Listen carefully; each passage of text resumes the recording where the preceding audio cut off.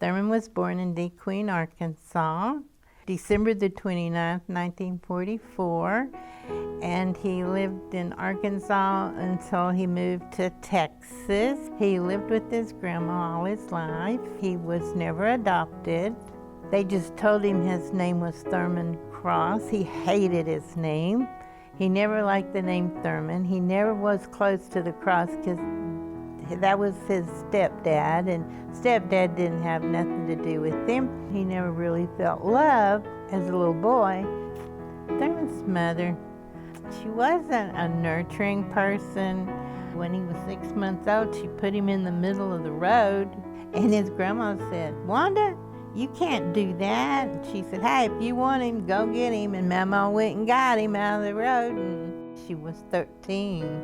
I'm sure that had a lot to do with why she wasn't nurturing, and she was just a little kid. He was 24 years old the first time he met his dad. We found out later on when he was 62, his dad's name was Thurmon too. And if his dad had reached out to keep up with him, it would have been different, but he didn't. His grandma did. His half-brothers, they didn't know Thurmon was their half-brother till they were all up in age. Well, with Social Security, you got to show a birth certificate. Thurmon didn't have a birth certificate. And I knew his mom's full name, and then we knew the date he was born, and we weren't too sure about his dad's name. Anyway, they sent me a birth certificate. Thurmon's last name was Shaw by his dad.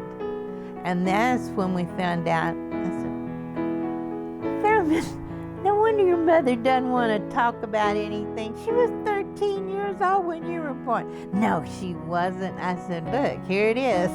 We went to the Texaco station there in Alvin. Thurmon was sitting on the back counter, and so when we got back to the car, I asked, "Who was that guy sitting on the counter back there?" And he said, "You didn't know him?" And I go, "No, I didn't." And he said, "That's Thurmon Cross." The next night, Thurmon called me and wanted to go get a Coke, and so we did, and then we just started dating.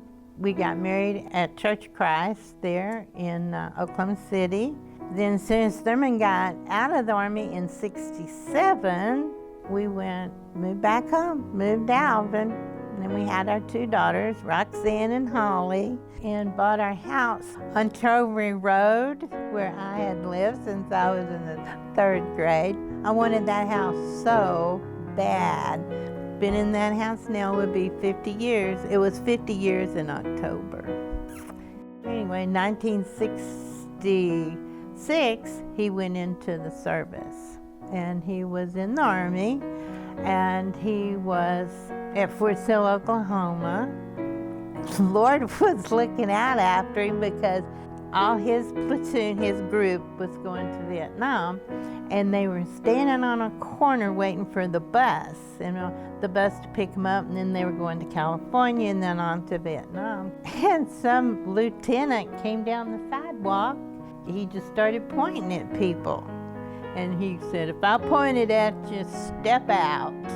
And they didn't know if they were going to be on a special mission or what, but Thurmon stepped out. And he said, "Okay, if I pointed at you and you stepped out, y'all are going to stay right here as cooks." So he ended up being a cook the whole time at Fort Sill.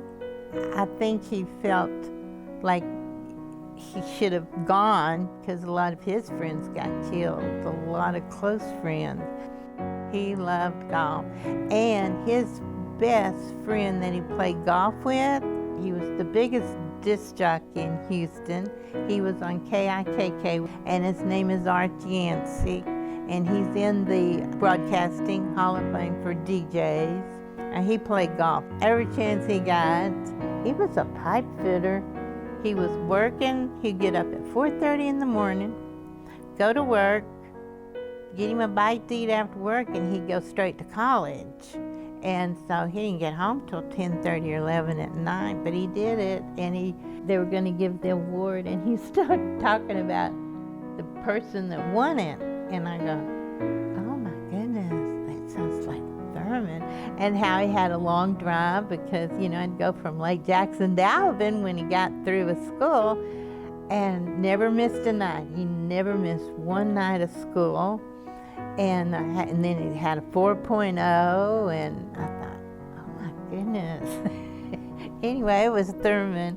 It was a neat thing, and Thurmon had never been to church in his life. His parents, they didn't do that. We went to church 3 times a week, and there was no excuses. I took the girls to church, and I taught class and Sunday school and did the children's Bible hour. And then Thurmon started going to church with us, and then I don't know what the year was, I don't remember, but it was in the 80s. He was baptized. We went to a lot of the Church Cross seminar. Our church always had a big bus that took the ones that signed up, and we went to Oklahoma City. Thurmon was kind of bashful, but he would say the blessings. Went to Yellowstone 11 times. We went to Alaska. We've been to South Carolina and up the East Coast. And last October, we were in Yellowstone. He'd do anything for anybody. He liked tinkering in the garage. He built some bird houses, and he was a nice guy, good father. He enjoyed his friends. He absolutely loved his grandkids. And Thurmon played the guitar too. You might say he was just a jack of all trades, but he was very supportive. You know, when I got sick at Thanksgiving, that's when oh my goodness, he thought that we had been kidnapped or something, and then that's when we thought he had a stroke. We were out of town, so when we came back home, we went to the neurologist and did all the tests, and he just had a fast one, I guess. He just went so fast because that hadn't even been a year yet, and he's already gone. And I prayed that God would let him live like that.